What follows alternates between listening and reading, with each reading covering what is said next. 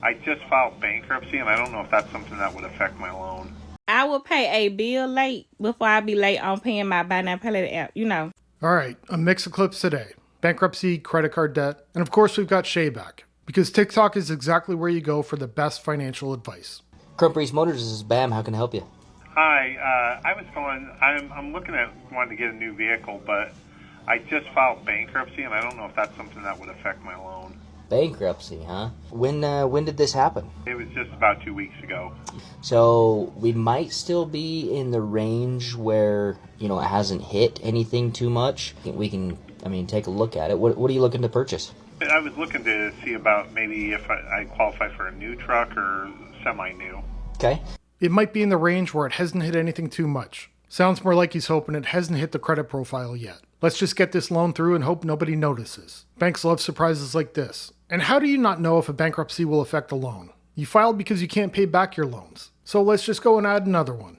I do have a huge variety of new trucks on the lot. You thinking GMC, Chevy? I prefer a GMC, but I'm open to a Chevy as well.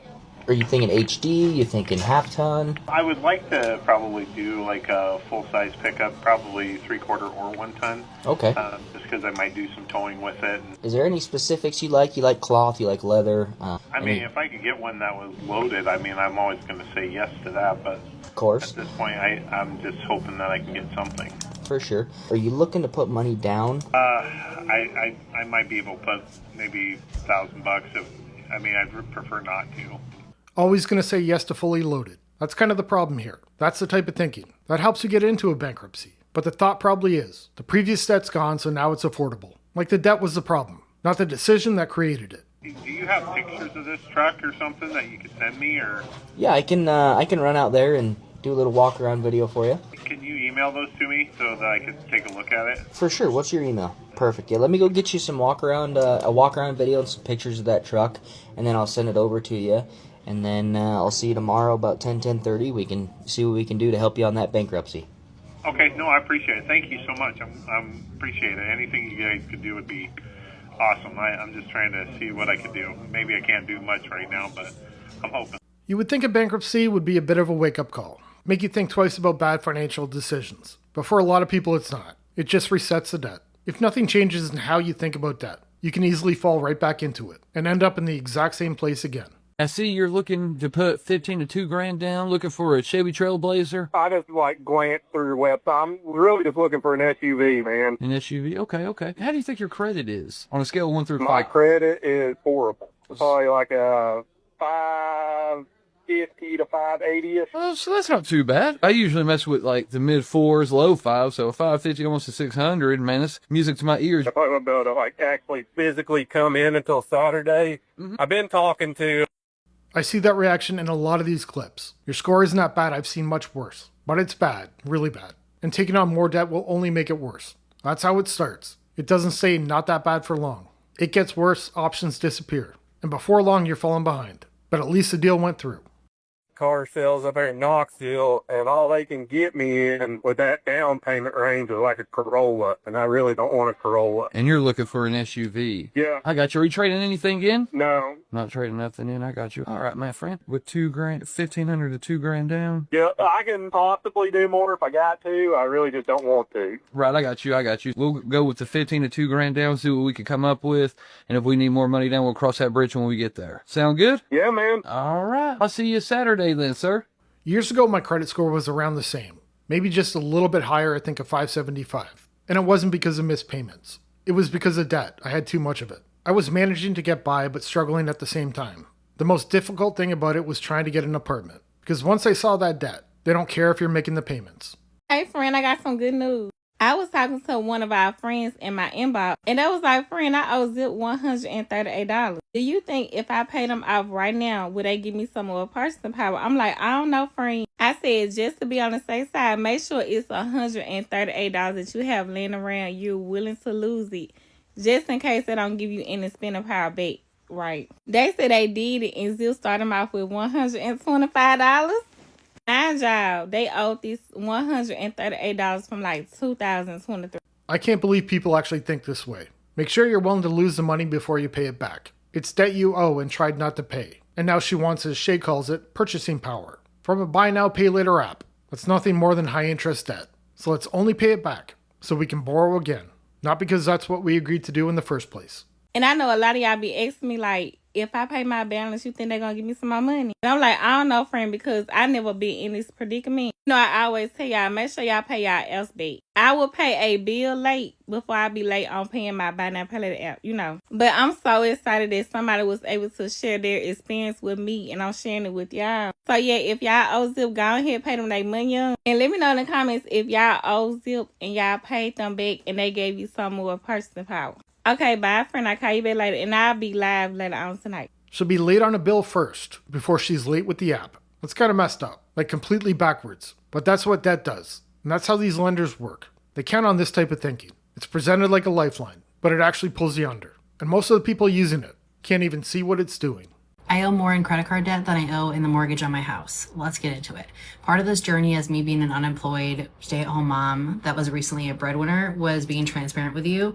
And honestly, I haven't even added this up because I absolutely knew it was going to be disgusting, and I tried to not even look at it. But I have to because obviously I don't have an income. It's a one-income household now, and things are starting to add up. So let's get into where all this debt came from. So she owes more in credit card debt than she does on her home. Unemployed and hasn't added up the debt. We're not off to a great start, but I know how it feels to not want to know the actual number. I did the same in the past. I would rather just guess than total it up. It felt less stressful, but only made things worse. we have a mortgage, and what's left on our mortgage is $64,645.32. And our credit card debt is $66,345.07. Now, this credit card debt has been over the last decade.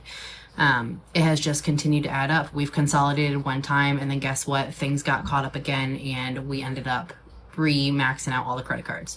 And now we're here. So many people do it. They consolidate their debt and get right back into it. I did the same a few times. As soon as the debt's cleared, it's right back to spending. And it doesn't take long to have everything charged right back up again. Our total debt is $130,000, $130,999.39. Ouch. Like I said, I really try to not even look at it. I see all the numbers. I see them come out of the account. I see the paychecks go in the account. I know that the numbers don't match up.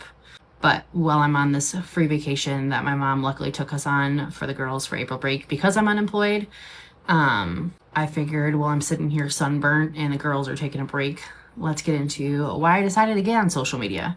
I can already see where this is headed. Making money on social media. And it's not a bad thing. That's where I get my income. But it's not exactly how a lot of people think. It's a lot of work, early mornings, long days, and skipping out on a lot of things other people get to do, just to make sure you have enough income coming in. Doing that while being a stay-at-home mom? I don't see how that's even possible. As everybody else, I see people making tons of money on here, whether it be from TikTok shop, brand deals, whatever that case may be. So I was completely stressed out in my 9-to-5 at the end of last year. I think I was having like some sort of midlife crisis, if you will. I wanted to really be a stay-at-home mom. My daughter was struggling with daycare. At the time, she was 3. So I initially went part-time, and then I got in a little disagreement at work, and so I just decided I'm just going to stay home. I'm going to try my best on social media. She mentioned TikTok shop and brand deals. Not exactly how I'd want to make my money, but that's just me, not saying there's anything wrong with it. I get offered video sponsorships almost daily, and I turn them down. My main goal is to make better content. Another channel, different topics. And I wouldn't want to mess that up by trying to sell things to people that are watching, especially when the whole point of the channel is to help people stay out of debt. Whether it be TikTok shop, something. And honestly, this journey has been up and down. I definitely haven't made even an indent into what is due here. But I have built an awesome community, and that community is growing. And obviously just being transparent and telling the world what's going on in my current life is stressful and scary because there's a lot of judgmental people out here, and y'all are going to be like, how the hell did this happen? Honestly, it just happened. If she really wanted to make it on social media, TikTok would be the last place I'd start. Now, I know people can make money there, but most go because it's low effort. No equipment beyond a phone, maybe an external mic, almost no planning, minimal editing, and they expect to make a living. How do you expect to make money putting in almost no effort? I currently have $2,000 in debt, me and my wife. That's her credit card debt. That one's at a 17% interest rate. I also have $3,053-ish at a 30% interest rate on one of my credit cards, and then $1,200 on another credit card at 0% interest rate, and $2,800 in collections currently. And I also have my wife's car, which owes $10,000, and we currently are at 27% interest rate. This guy found every high interest loan available and said yes to them all. It's not even the amount of debt, it's the interest. That's the real problem, because that's what keeps it there. You make the payments and the balance barely moves. Month after month you're paying and still owe almost the same. And I have $8,800 cash. I don't know what I should do with it. How old are you guys? I'm 20 and my wife's 21. And what's your household income, sir? $2,600 a month. Okay, and $2,600 a month is your income. Correct. And you're working 40 hours. Yeah, sometimes 37, sometimes 40. Once I get my promotion, I'll be working 50, and then my income will jump up. Manager at Chipotle. The last job I worked out, my hours were drastically cut. My income dropped around that level, almost overnight. I went from making decent money to barely covering my monthly expenses. Luckily, I didn't have debt, where I would have been in the negative every month. And that's why I'm not willing to take on debt anymore, because your situation can change so quickly, and the debt just stays the same. So currently, we're living with her parents. My collections is on the other apartment I had when I used to sell cars. I used to make like $4,000 to $5,000 a month, but I got another job, and I'm trying to like change my career path and just get more steady income. I don't mind if it's not steady if you're making twice what you're making now. Yeah, I didn't like it either. Oh, okay, there's that. I mean, just listening to your situation and your story, you're 20 years old with a baby, you live with her parents, you make $2,600 a month, and you apparently don't read anything before you sign debt because you've got some of the worst debt products on the planet. I mean, everything you had was north of 20%. Going from $4,000 to $5,000 a month to $2,600, probably not the smartest move. I can understand not liking a job. I've had some horrible ones. I can even understand taking a bit of a pay cut, but not that much. Not to the point where you have to take on debt. Because now you're not just making less. You're making less and falling behind. Bills don't stop, your expenses don't drop. So the gap gets filled with debt. And once that starts, it doesn't take long for it to snowball. That's it for this one. See you in the next one. Bye.